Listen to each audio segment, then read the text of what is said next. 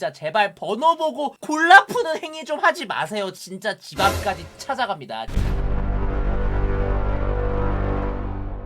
반갑습니다 여러분. 오늘도 역시 수학에 진심인 남자 까벽입니다. 이렇게 오랜만에 영상을 찍게 됐는데요. 아무래도 수능이 다가오니까 여러분들한테 필수 정보는 좀 공유해드려야 되지 않을까 싶어가지고 영상을 제작하게 되었습니다. 수능 일주일 남은 이 시점, 수능 문제가 과연 어떻게 나올지에 대한 감은 좀 알아야 되잖아요. 그래서 제가 이번 6월 9월 평가원 기준으로 최대한 짜내고 짜내서 이 격변의 시기, 격변의 수능에 대한 틀을 최대한 한번 마련해 봤습니다. 일단은 여러분 이번 6월과 9월 모의고사를 풀어보셔서 알겠지만 기존에 있던 번호 틀은 다 깨져 있고요. 몇 번 문제는 무슨 유형이 나온다 이런 거 다 깨졌죠. 그래서 그런 거 하나도 먹히지 않습니다. 특히나 지금 보셔서 알겠지만 특히 9월 모의고사에 강조가 됐던 부분인데 이 킬러 규제, 킬러 문제에 대한 규제로 인해서 정답률 방어를 위한 주관식은 쉽게 내고 객관식을 상대적으로 어렵게 내는 약간의 꼼수를 더함으로써 킬러를 안 냈다. 정답률 방어 형태 쪽으로만 지금 시대가 흘러가고 있기 때문에 그래서 제가 계속 강조드리는 모든 문제를 다 건드려 봐야 된다. 무슨 문제가 어려울지 모른다. 그래서 문제를 기존에 번호 보고 골라 풀고 이랬던 학생들을 저격하는 시험이라 저는 개인적으로 굉장히 만족하는 시험 형태입니다. 여태까지 대충 공부한 학생들을 아주 제대로 저격해주는 시험 형태라고 생각을 합니다. 그래서 여러분 평소에 공부하실 때 절대 문제 걸러 푸는 행위 하시면 안 되고요. 그리고 상대적으로 전체적인 난이도가 낮춰진 분위기가 형성이 되고 있기 때문에 제발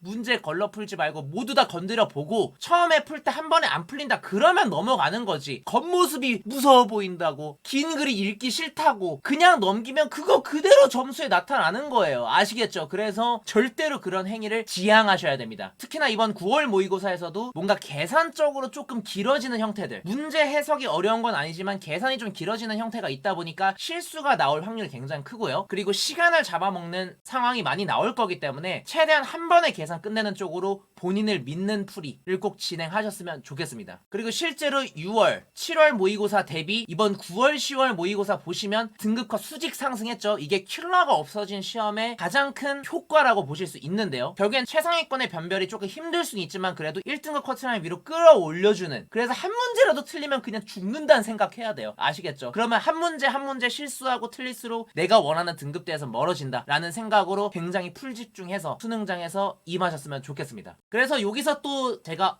억지로 6월과 9월 평가원 모의고사에서 그나마 유사한 유형들을 최대한 좀 정리를 해봤는데요. 1차적으로 이번 6월 14번 문제랑 9월 11번 문제를 보시면 속도과 속도 문제 나오죠. 뭐 6월 문제 같은 경우에는 약간의 추론을 섞었던, 그리고 9월 문제 같은 경우에는 좀 계산 위주로 갔던, 어쨌든 간에 속도 과속도 관련된 문제가 나왔고 작년 수능 20번에도 출제가 됐던 유형입니다. 그래서 속도 과속도에 대한 용어들, 그리고 구하는 방법들, 이런 공식 같은 것들 무조건 완벽하게 정리하시고 넘어가시는 걸 좀 추천드리겠습니다. 그리고 이번 6월 15번과 9월 12번 문제 보시면 역시나 빼놓을 수 없는 수열의 기납적 정의 파트가 나오죠. 무조건 나열해보고 스스로 규칙 찾아보는 이런 형태의 수열 문제는 완벽히 정복이 되어 있어야 돼요. 이제는 이거 작년에 얼마나 많이 제시해주는데 아직까지 안 돼 있어. 마스터하십시오. 아시겠죠? 이번에는 수열 기납적 정의 굉장히 할만하게 나옵니다. 작년 같은 수준의 문제가 아니에요. 제발 겁먹지 말고 귀찮아하지 말고 제발 나열하는 습관부터 좀 길러서 제발 해당 유형은 꼭 타파하시길 부탁드리겠습니다. 그리고 이거는 뭐 작년 교육청에서도 많이 나왔고 올해 평가원 교육청 뭐 불문하고 계속 나왔던 유형인데 바로 삼각함수 그래프 단원이죠. 이번 6월 19번과 9월 9번에서 출제가 됐던 유형인데요. 특히 6월 문제 같은 경우에는 좀 추론 위주의 문제가 들어가서 올해 3월, 4월 모의고사에 나왔던 삼각함수 추론 문제를 풀어보시면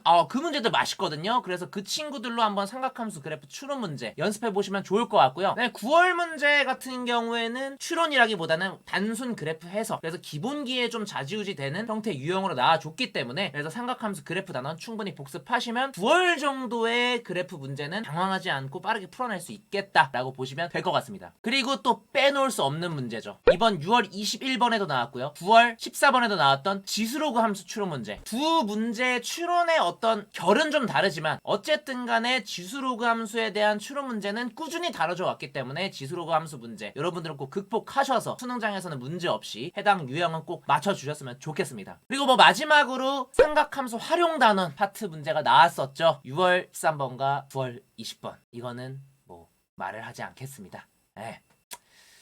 이제는 완벽히 힘을 빼준 모습을 보여줬죠. 도형의 특징이라고는 찾아볼 수가 없는 삼각함수의 활용. 지금이 맞출 절호의 기회입니다. 진짜 빡세게 공부해서 공식 완벽히 암기해서 시험장에서 풀어내셨으면 좋겠습니다. 그리고 선택 과목 쪽에서는 특히 확통 같은 경우는 힘을 정말 많이 빼줬습니다. 풀어보신 분들 알겠지만 올해 교육청만 봐도 알아요. 올해 교육청 같은 경우에는 작년 트렌드를 그대로 반영한 그런 형태가 많기 때문에 케이스 분류하는 거에서 진짜 무지막지하게 나옵니다. 근데 이번 6월, 9월 28, 29, 30번 4점짜리 모든 문항에서 케이스가 진짜 5개 이상 넘어가는 걸 본 적이 없는 것 같아요. 그 정도로 케이스 분류를 굉장히 낮춰줬다는 거는 난이도 완화에 많이 신경을 썼다는 거거든요. 그래서 확통 문제는 무조건 다 맞고 들어가야 된다는 생각으로 시험에 임하셔야 됩니다. 그래서 확통은 제발 케이스 분류 정말 적게 주니까 제발 맞췄으면 좋겠어요. 확통은 다 맞아야 됩니다. 아시겠죠? 확통은 뭐 어떤 번호가 어렵다 뭐 이런 건 딱히 없는 것 같아요. 그냥 다 무난무난하게 케이스 적게 줘서 풀 수 있게 해주기 때문에 꼭 다 맞춰내셨으면 좋겠습니다. 그리고 이제 미적분 문제죠. 미적분 문제는 풀어보셔서 알겠지만 29번은 유난히 좀 계산 형태, 좀 29번은 굉장히 좀 쉬운 난이도 형태로 일단 6월, 9월 모두 다 출제가 됐었고요. 그 다음에 그나마 미적분이 좀 뚜렷한 두각을 보여주는 형태는 28번이 가장 어려운 난이도로 배치가 되지 않을까. 역시나 객관식을 가장 어렵게 내줌으로써 주관식의 정답률을 끌어올려서 킬러가 없어 보이게 만들어주는 형태를 보여주는 가장 대표적인 문항이지 않을까라는 생각이 듭니다. 그래서 미적분 문제는 제 예상으로는 28번이 가장 어려운 형태의 문제지 않을까. 그래서 함수 추론은 아무래도 28번에 담길 확률이 크다. 어쨌든 난이도가 올라가는 미적분 문제는 함수 추론이 기본적으로 베이스에 깔려 있기 때문에 함수 추론 형태 문제들을 꼭 정복해서 28번 문항까지 잘 풀어내셔서 29, 30에 약간 낮춰진 난이도인 주관식을 뚫어내서 미적분에서도 고득점을 꼭 하셨으면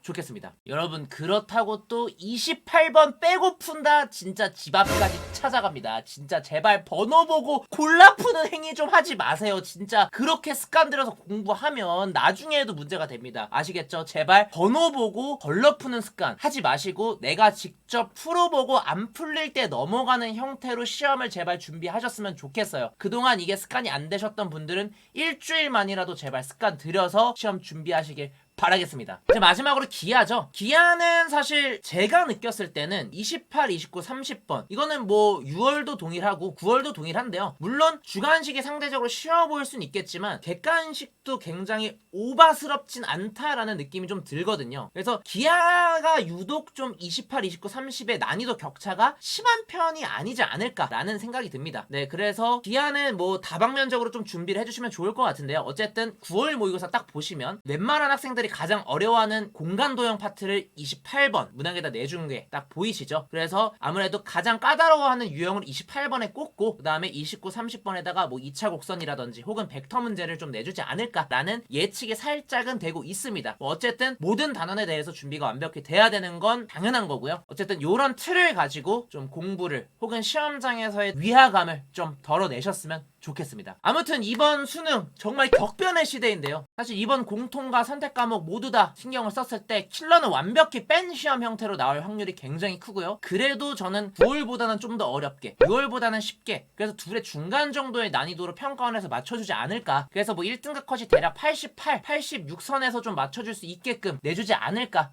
그런 생각을 일단은 해보고 있고요. 객관식에서 난이도를 높이고 주관식의 난이도를 뚝 떨어뜨림으로써 정답률 방어를 하겠다. 요런 취지 덕분에 등급 컷은 수직 상승을 해버리는. 그래서 여러분들 정말 이거 수능 때 어떻게 나올지 모르거든요. 9월보다 더 등급 컷 높아질 수도 있는 거고요. 그리고 무슨 번호에 무슨 유형이 배치된다 요런 틀이 완전히 깨져 있기 때문에 무조건 생소한 시험이다 라는 생각을 꼭 해주셨으면 좋겠습니다. 뭐 사실 이번에 뭐 수학상 요런 것들이 강조가 된다라고 하지만 사실 저는 그건 당연히 준비가 되어 있어야 되는 덕목이라고 생각을 합니다. 수학을 하는 입장에서 그런 고1 내용, 중3 내용에 또 너무 몰두하진 마시고 그거는 무조건 기본기로 들어간다 라는 생각 하에 아무튼 킬러가 없는 시험인 만큼 우리 모두에게 기회가 찾아온 거라는 생각에 나머지 기간 정말 일주일 남았지만 열심히 수능 준비해서 좋은 결과 있으시길 바라겠습니다. 까표기였습니다.